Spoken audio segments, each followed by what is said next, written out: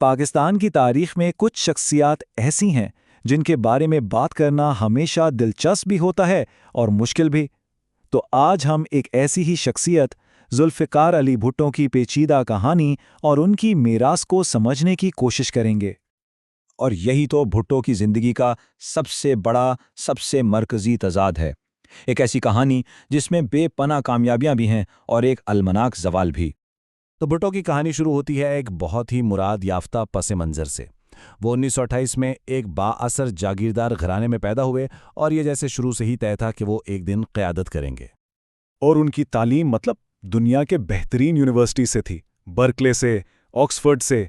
اسی اعلیٰ تعلیم نے انہیں پاکستان کے سب سے قابل رہنماؤں میں سے ایک بنا دیا اور ان کی سوچ کو ایک عالمی پرسپیکٹو دیا۔ اور سیاست میں ان کا عروج وہ تو کمال کی تیزی سے ہوا۔ ذرا سوچیں، صرف 30 سال کی عمر میں وہ وفاقی کابینہ میں وزیر بن چکے تھے۔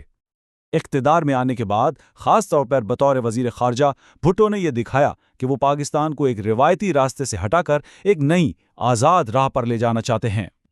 ان کی خارجہ پالیسی کو سمجھنا بہت ضروری ہے۔ انہوں نے امریکہ پر انحصار کم کرنے کی کوشش کی، چین کے ساتھ تعلقات کو ایک نئی سطح پر لے گئے اور مسلم دنیا کو اکٹھا کرنے پر بہت زور دیا۔ لیکن پھر آیا تاشکند معاہدہ، جس پر اختلاف کی وجہ سے انہوں نے ایوب خان کی حکومت سے استعفیٰ دے دیا۔ اور پھر 1967 میں انہوں نے بنائی پاکستان پیپلز پارٹی اور ساتھ ہی دیا ایک ایسا نعرہ جو آج بھی گونجتا ہے، روٹی، کپڑا اور مکان۔ یہ نعرہ بس نعرہ نہیں تھا، یہ ان کی سیاست کا مرکز تھا جس نے عوام کو اپنی طرف کھینچ لیا۔ پھر آیا 1971 کا وہ مشکل وقت۔ ملک ٹوٹ چکا تھا اور اس بکری ہوئی قوم کی ذمہ داری صدر کی حیثیت سے بھٹو نے سنبھالی۔ لیکن اگر بھٹو کی سب سے بڑی، سب سے پائیدار میراث کی بات کی جائے نا، تو وہ ہے 1973 کا آئین۔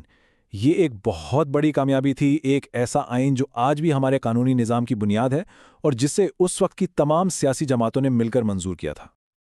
اور ان کے دور میں کامیابیاں بھی کچھ کم نہیں تھیں۔ سوچیں ذرا، بھارت سے 90,000 جنگی قیدیوں کو واپس لانا، پاکستان کے ایٹمی پروگرام کی بنیاد رکھنا اور لاہور میں اسلامی سربراہی کانفرنس کی میزبانی کرنا، یہ سب وہ کام تھے جنہوں نے پاکستان کو دنیا کے نقشے پر ایک اہم مقام دیا۔ لیکن ہر کہانی کی طرح اس کہانی کا بھی ایک دوسرا رخ تھا۔ بھٹو کا دور اقتدار صرف کامیابیوں کا نہیں، بلکہ گہرے تنازعات اور بحرانوں کا بھی دور تھا۔ ناقدین ان کے دور کے کچھ فیصلوں پر شدید تنقید کرتے ہیں، جیسے کہ صنعتوں کو قومیانے کی پالیسی، جس کے بارے میں کہا جاتا ہے کہ اس نے معیشت کو نقصان پہنچایا۔ اس کے علاوہ سیاسی مخالفین کو دبانے، پریس پر پابندیاں لگانے اور بلوچستان میں فوجی آپریشن جیسے اقدامات نے ملک میں کافی بے چینی پیدا کی۔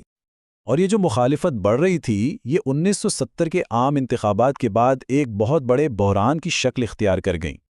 ہوا یہ کہ 1970 کے الیکشنز پر دھاندلی کے سنگین الزامات لگے۔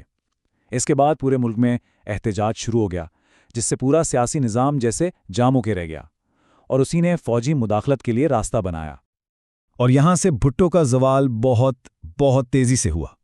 جولائی 1977 میں ان کی حکومت ختم ہوئی۔ اس کے کچھ ہی عرصے بعد انہیں گرفتار کر لیا گیا اور پھر ایک متنازع مقدمے کے بعد انہیں سزائے موت سنائی گئی۔ مطلب صرف 2 سال کے اندر ملک کا وزیر اعظم پھانسی کے پھندے تک پہنچ گیا۔ تو آج اتنے سالوں بعد بھی ذوالفقار علی بھٹو کا نام ایک ایسا نام ہے جس پر شاید سب سے زیادہ بحث ہوتی ہے۔ وہ ایک متنازع شخصیت تھے اور آج بھی ہیں۔ دیکھیں، ان کے حامی کہتے ہیں کہ بھٹو نے عوام کو طاقت دی، انہیں آواز دی، ملک کو ایٹمی طاقت بنایا اور آئین دیا۔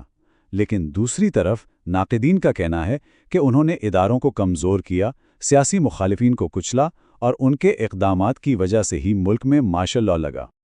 بھٹو کی زندگی ہمیں ایک بہت بڑے سوال پر لا کر کھڑا کر دیتی ہے۔ کیا عظیم لیڈر تاریخ بناتے ہیں یا پھر وہ خود تاریخ کے بے رحم بہاؤ کا شکار ہو جاتے ہیں؟ ان کی کہانی شاید اس بات کی مثال ہے کہ تاریخ بنانا اور تاریخ کا نشانہ بننا، یہ دونوں ایک ہی سفر کا حصہ ہو سکتے ہیں۔